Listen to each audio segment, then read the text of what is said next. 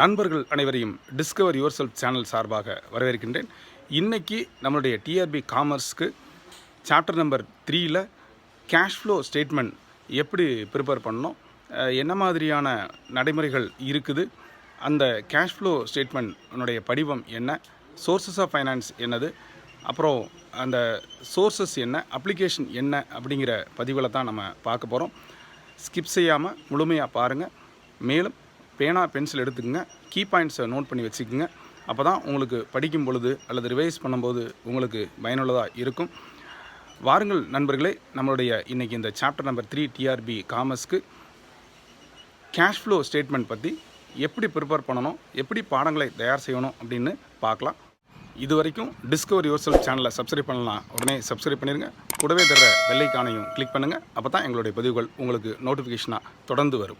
முதல்ல நம்ம cash flow ஸ்டேட்மெண்ட்னா என்ன அப்படின்னு பார்த்துக்கலாம். Cash flow statement is a statement டிபிக்டிங் changes in cash position from one period to another period. அதாவது இது கேஷ் இன்ஃப்ளோவும் கேஷ் அவுட்ஃப்ளோவும் என்ன மாதிரி இருக்குது அப்படின்னு சொல்கிறது. இதை எப்படி சொல்லலாம், it is simply a statement of changes in working capital. இப்போ இங்கே கேஷ் அப்படின்னு சொல்லிட்டோம்னா கேஷ் பேலன்ஸ் மற்றும் பேங்க் பேலன்ஸை தான் இது குறிக்குது.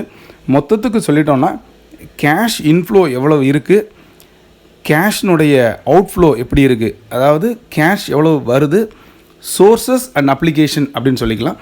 இந்த கேஷ் ஃப்ளோ ஸ்டேட்மெண்ட்டில் நீங்கள் தெரிஞ்சிக்க வேண்டிய விஷயம் இதுதான். என்னென்ன மாதிரிலாம் சோர்ஸஸ் நமக்கு கிடைக்குது, என்ன மாதிரிலாம் அப்ளிகேஷன்ஸ் இருக்குது, கேஷ் இன்ஃப்ளோ எவ்வளோ இருக்குது, கேஷ் அவுட்ஃப்ளோ எப்படி இருக்குது அப்படிங்கிறத தான் பார்க்கணும். இது என்ன பண்ணுது அப்படின்னு கேட்டிங்கன்னா, it helps in efficient cash management, it helps in internal financial management and also it discloses the movement of cash and sources of cash. இந்த 4 விஷயத்தை நீங்கள் தெரிஞ்சுக்கணும். இது எக்ஸாக்டாக இன்கம் ஸ்டேட்மெண்ட்டுக்கு ஈக்குவலாக இருக்காது. அது மாதிரி இது லிக்விடிட்டி ஸ்டேட்மெண்ட்டையும் சொல்லாது, அதாவது லிக்விடிட்டி பொசிஷனை சொல்லாது. லிக்விடிட்டி பொசிஷனாக உங்களுக்கே தெரியும், ability to pay off cash in short and long term. இது நம்ம இந்த ரேஷியோ அனாலிசிஸில் பார்க்கும்போது பார்த்தோம், சால்வன்சி ரேஷியோவும் லிக்விடிட்டி ரேஷியோவும் பார்த்தோம்.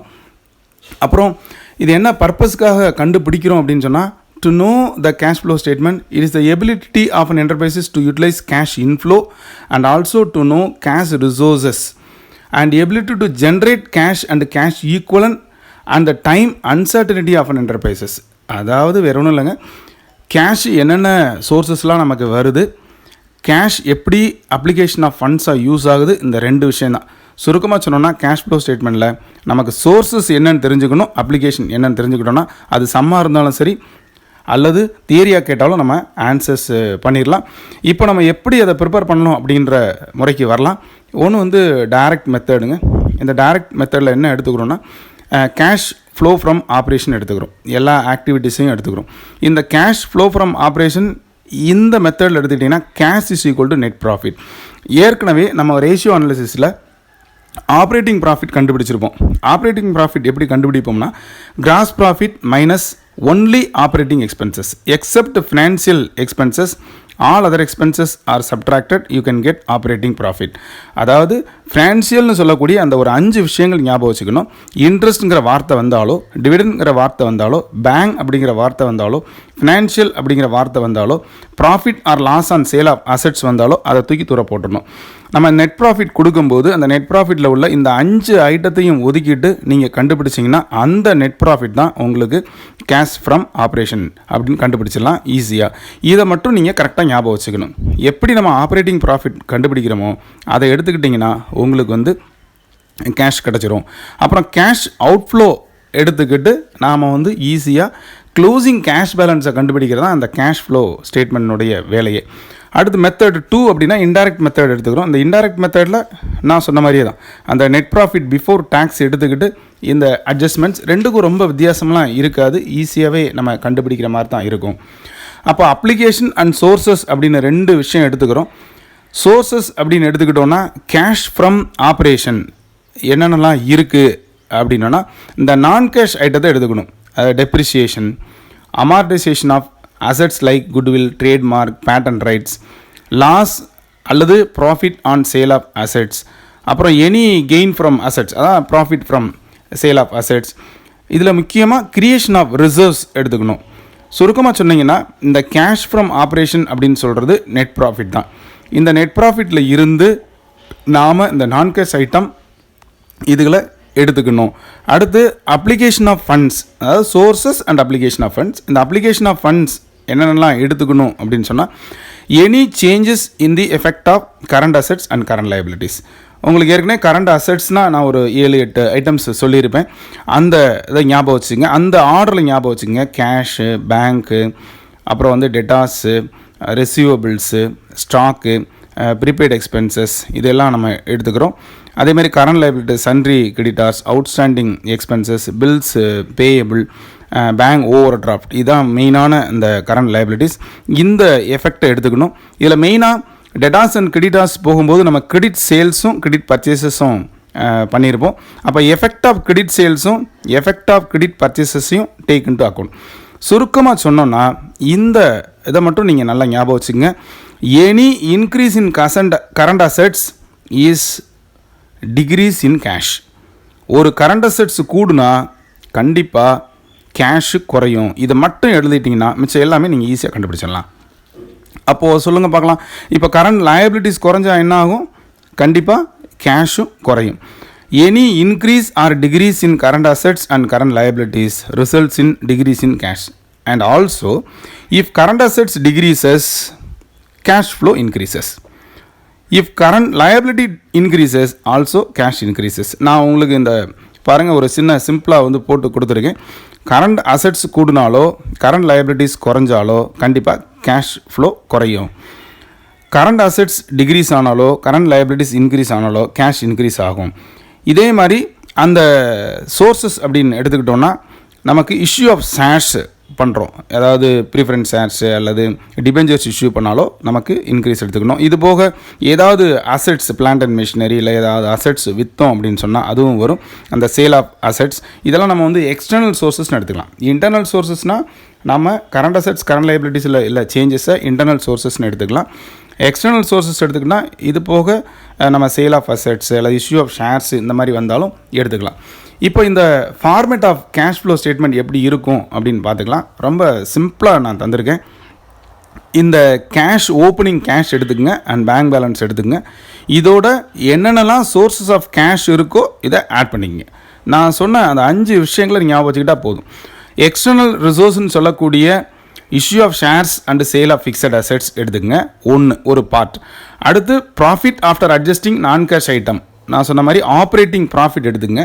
அடுத்து increase in liability and decrease in assets, இந்த கரண்ட் அசெட்ஸ் இது ரெண்டையும் எடுத்துக்கிட்டோம்னா நமக்கு டோட்டலாக அந்த ஓப்பனிங் கேஷோட சோர்ஸஸ் ஆஃப் கேஷை ஆட் பண்ணியாச்சு. சோர்ஸஸ் ஆஃப் கேஷ் இந்த 5 தான்.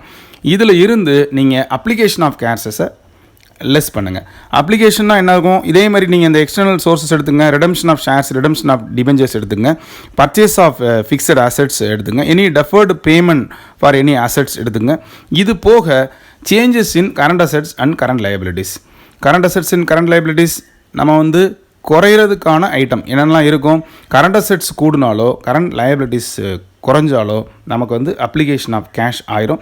இதை எடுத்துக்கிட்டிங்கன்னா இப்போது நாம் வந்து ஏற்கனவே கேஷ் இன் ஹேண்ட் எடுத்துக்கிட்டு சோர்ஸஸ் ஆஃப் கேஷை ஆட் பண்ணியிருக்கோம். இதில் இருந்து அப்ளிகேஷன் ஆஃப் கேஷை லெஸ் பண்ணுறோம். இப்போ ஈஸியாக நம்ம closing cash and closing bank பேலன்ஸை எளிமையாக கண்டுபிடிக்க முடியும். இப்போ இந்த எபிசோடில் நாம் பார்த்துருக்கிறது வந்து கேஷ் ஃப்ளோ ஸ்டேட்மெண்ட். மொத்தம் சாப்டர் நம்பர் 3ல் கிட்டத்தட்ட ஒரு 3 எபிசோட்ஸ் வரப்போகுது. ஏற்கனவே பழைய எபிசோட்ஸில் ரேஷியோ அனாலிசிஸை பற்றி கொஞ்சம் ஷார்ட்டாக ஸ்வீட்டாக பார்த்துருந்தோம். இந்த எபிசோடில் கேஷ் ஃப்ளோனா என்ன, அதனுடைய யூசஸ் எப்படி இருக்கும், அதுக்கு தேவையான 2 major component sources and application of cash, என்னென்ன வகையெல்லாம் சோர்சஸ் இருக்குது, என்னென்னலாம் அப்ளிகேஷன்ஸ் இருக்குங்கிறதையும் சுருக்கமாக பார்த்துக்கிட்டோம். சோர்சஸ் அப்படின்னு எடுத்துக்கிட்டிங்கன்னா அந்த 3 விதமாக வச்சுக்கோங்க. Internal source, external source. அடுத்து அதே மாதிரி அப்ளிகேஷன் அப்படின்னு எடுத்துக்கிட்டிங்கன்னா இன்டர்னல் சோர்ஸ் அந்த எக்ஸ்டர்னல் சோர்ஸ். அதாவது வேற ஒன்றும் இல்லைங்க, ஃபிக்ஸட் அசெட்ஸு கரண்ட் அசெட்ஸ் இதனுடைய சேஞ்சஸ், அதே மாதிரி ஃபிக்ஸ்டு லயபிலிட்டிஸ் கரண்ட் லயபிலிட்டிஸ் இதனுடைய சேஞ்சஸ், என்னென்னலாம் கேஷ் இன்ஃப்ளோ இருக்கோ எல்லாத்தையும் எடுத்துக்கணும். அதே மாதிரி என்னென்னலாம் கேஷ் அவுட்ஃப்ளோ இருக்கோ எல்லாத்தையும் எடுத்துக்கணும். சுருக்கமாக கேஷ் இன்ஃப்ளோன்னு எடுத்துக்கிட்டோம்னா net profit after adjusting non cash item, சுருக்கமாக சொன்னோம்னா ஆப்ரேட்டிங் ப்ராஃபிட். இந்த விஷயத்தை மட்டும் இந்த டேபிளர் காலம், அதாவது கேஷ் ஃப்ளோ ஸ்டேட்மெண்ட்டில் உள்ள இந்த சிம்பிளான இந்த நான் கொடுத்துருக்க இந்த ஸ்டேட்மெண்ட் பார்த்துட்டிங்கன்னா ஈஸியாக இருக்கும்.